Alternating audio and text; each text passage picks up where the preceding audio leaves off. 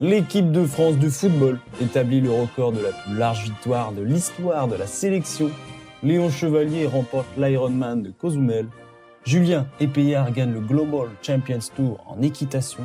Et Caroline Mani remporte 2 courses au North Carolina GP en cyclocross. Bonjour et bienvenue dans Cocorico, le podcast de l'actualité sportive française, mais pas que. Nous allons parler de la semaine du 13 au 19 novembre. Alors on commence immédiatement. Je vous laisse vous préparer et bonne écoute.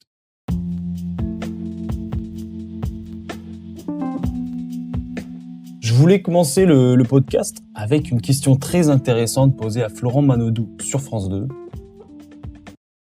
On n'est pas du tout un pays de sport. Enfin, il faut. Pourquoi vous dites ça? Vous dites souvent ça. Pourquoi vous dites ça? Je suis pas d'accord. Moi non plus. Aujourd'hui, je crois que le plus grand footballeur du monde, c'est un Français. Le plus grand basketteur du monde, c'est un Français. On a des très bons talents, mais par contre, si tu vas dans les pays anglophones, quand tu vois les infrastructures qu'il y a, les. Ah non, on manque d'infrastructures, c'est pas pareil. Dès l'école, ça, je suis d'accord avec toi. On n'a pas la. Ils ont réduit de 4 à 2 les heures de cours de PS. On peut pas dire, bah voilà, je veux être la meilleure nation en mettant les moyens comme ça. C'est pas possible. Moi, j'ai mon ancien colocataire qui est parti en Australie, qui, pour le même boulot, gagne 5 fois plus et qui entraîne un petit peu moins. Enfin, qui entraîne des gens qui sont un peu moins talentueux. Donc, je vais pas vous demander si on va gagner des médailles Non, mais on va en gagner et certainement plus. Mais on a mis des choses en place il y a 2 ans. Pour préparer des Jeux Olympiques, il faut mettre 8 ans, 12 ans en avance. Moi, j'ai vu les Anglais le faire en 2012. Ils ont mis énormément de choses aux alentours de 2009-2010 et ils ont explosé en 2016-2020. Vous voulez dire qu'on est en retard? En retard, non, on verra, mais on peut pas, juste parce qu'on a mis des choses en place sur les 2 dernières années, doubler le nombre de médailles. On n'est pas du tout un pays de... Alors dites-moi votre avis en commentaire, ça peut être très intéressant et je pourrais même reprendre une des réponses pour la semaine prochaine et en débattre ou exposer nos idées. Je vais faire très court cette semaine en football, mais il y a eu de gros événements. Cette semaine a eu lieu la suite des matchs pour la qualification à l'Euro en Allemagne, qui sera en 2024. Et la France établit un record, victoire et vainqueur de la plus large victoire de l'histoire de l'équipe de France. 14-0 contre Gibraltar, avec notamment un triplé de Kylian Mbappé. Le premier but de Zaïre Emery dès sa première titularisation, mais qui va se blesser sur la même action. Et aussi un doublé d'Olivier Giroud, l'éternel. Mbappé s'est exprimé sur le ballon d'or que Messi a gagné la semaine dernière. Est-ce que vous êtes d'accord avec lui? Je vous laisse avec son commentaire. Le classement, il est ce qu'il est. Messi le mérite.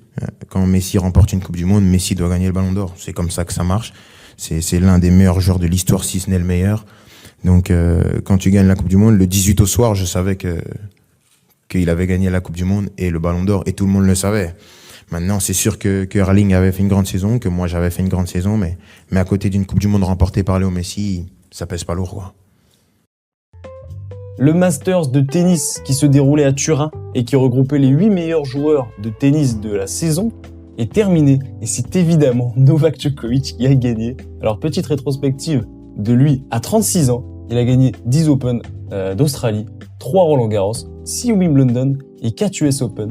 Donc là, il remporte son 7e Masters, record qui était devant Federer qui était à 6 et 8e fois qu'il est fini numéro 1 de la saison.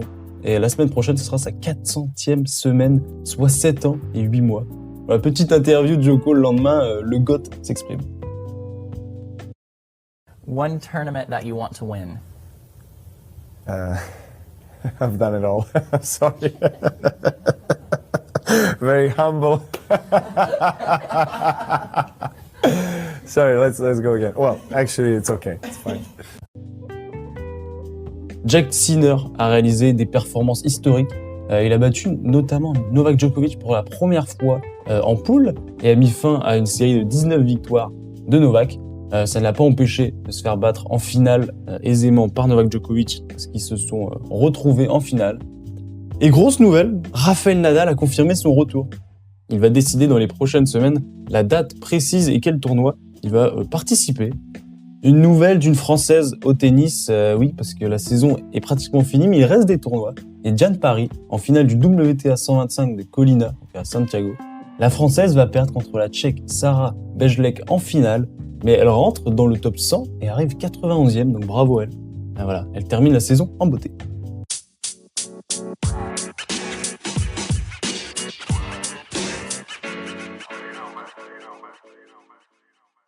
Beaucoup de nouvelles en basket et ça me fait plaisir parce que j'adore parler de basket. En NBA, en conférence Ouest, pour revenir sur les grosses performances, Sacramento a réalisé une semaine sans faute. Ils en sont à 6 victoires de suite. Oklahoma également, mon équipe de cœur, à 7 victoires sur les 8 derniers matchs et un sans faute cette semaine, avec notamment 2 victoires à Golden State, donc c'est l'équipe de Stephen Curry. Les Lakers se sont réveillés cette semaine avec 4 victoires sur 5 et avec un LeBron James plus jeune que jamais, il enchaîne les performances avec son dernier match à 37 points. Première victoire des Clippers depuis l'arrivée de James Harden dans l'équipe. Il a notamment offert le panier de la victoire. Alors est-ce que c'est grâce au changement de Russell Westbrook qui a décidé de se mettre en 6e homme? Je vous le demande. Quant aux Spurs de Victor Wembanyama, la hype descend lourdement parce qu'ils en sont à 8 défaites de suite.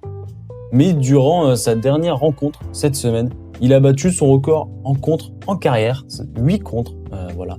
En conférence Est, Boston domine largement cette conférence. Ils en sont à 6 victoires de suite. On passe en Europe pour l'Euroleague. Monaco s'est incliné 2 fois cette semaine, mardi à domicile face à Anadolu Efes, 82-89. Et sur le terrain du premier invaincu, le Real Madrid, lourde défaite 91-73. Le Real est donc à 8 victoires pour aucune défaite. Barcelone reste 2e avec un ratio de 7-2. Monaco est 6e avec 5-4.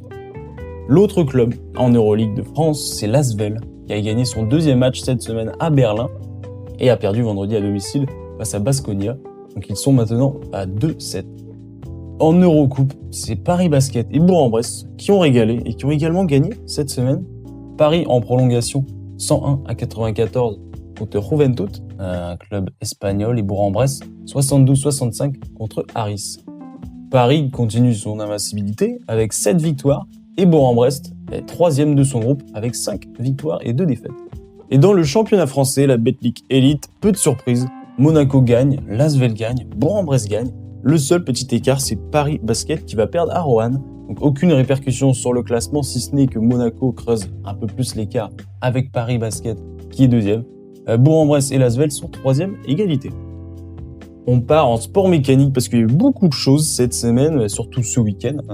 Ce dimanche a eu lieu l'énorme Grand Prix à Las Vegas. Cette course est évidemment de nuit. La sphère de Las Vegas était aussi au rendez-vous. Je vous laisse aller voir des images, c'est vraiment incroyable.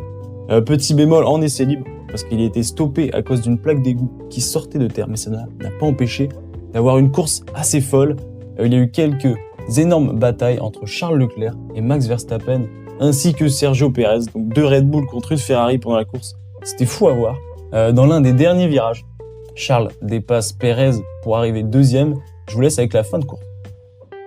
Dans le DRS à l'Aston Martin. Oui, ça change. Le DRS pour Charles Leclerc, c'est maintenant.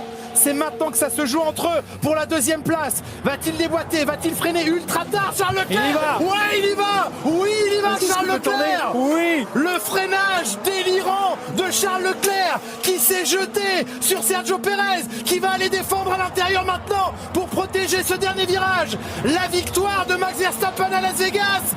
Et finalement, oui, la 2e place de Charles Leclerc! Dans cette course, Ocon termine 4e alors qu'il était parti 16e sur la grille de départ.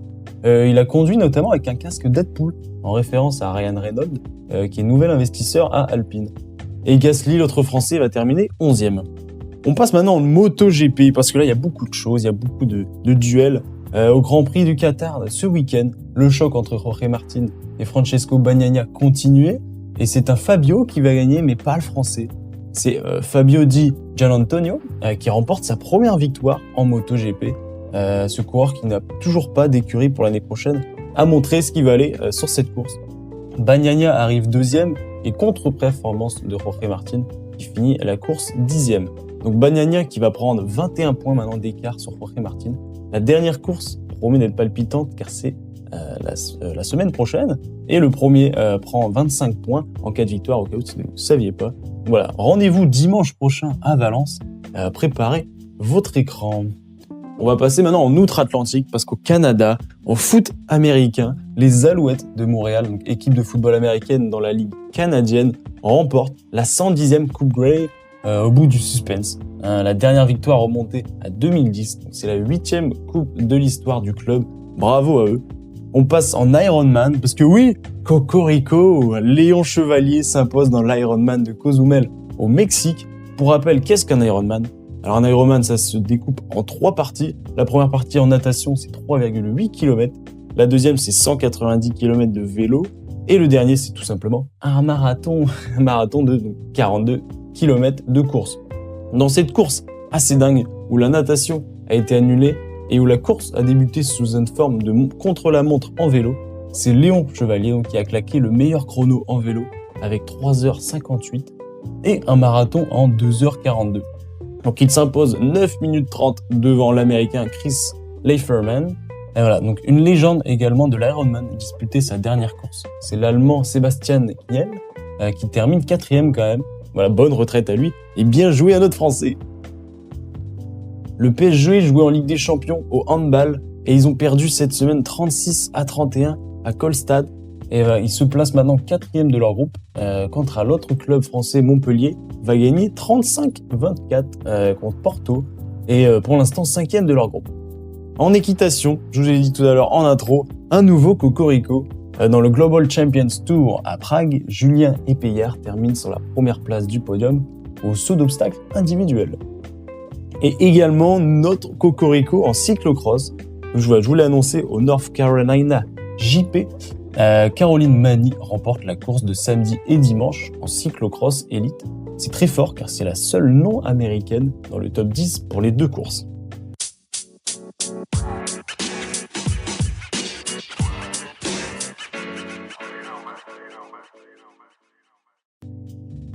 On termine évidemment avec les fun facts et les infos rapides.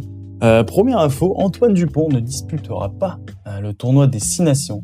Et non, il n'est pas blessé, mais il va participer au JO avec l'équipe de rugby à 7. Voilà, hâte de voir ça dans 250 jours.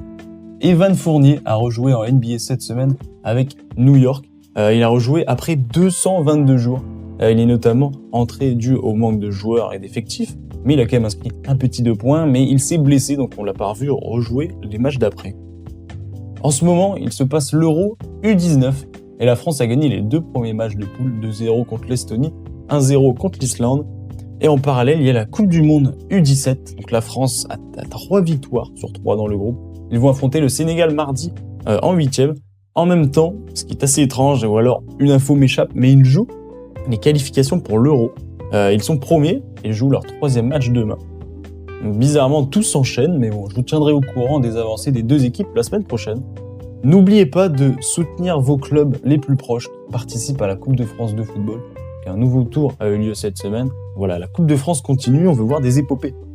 Pour les amis lillois, le Tour de France 2025 va démarrer dans le nord de la France. Voilà, je vous tiendrai au courant les prochaines semaines ou mois quand il y aura des avancées plus précises.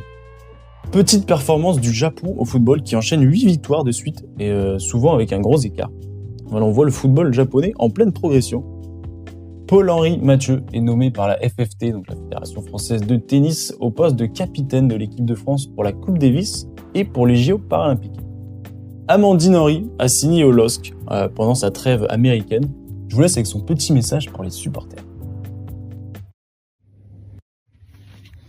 Bonjour Lillois, Lilloises, c'est Amandine Henry. Voilà, je suis hyper heureuse de signer au LOSC et j'espère vivre une belle aventure et avec beaucoup de victoires. À bientôt. Et pour terminer, il y a un classement fictif de MVP. Donc c'est le Most Valuable Player, donc c'est le meilleur joueur en gros de la saison en NBA qui est sorti. Donc la première place pour l'instant c'est Nikola Jokic qui est premier, Luka Doncic en 2e et Joel Embiid en 3e.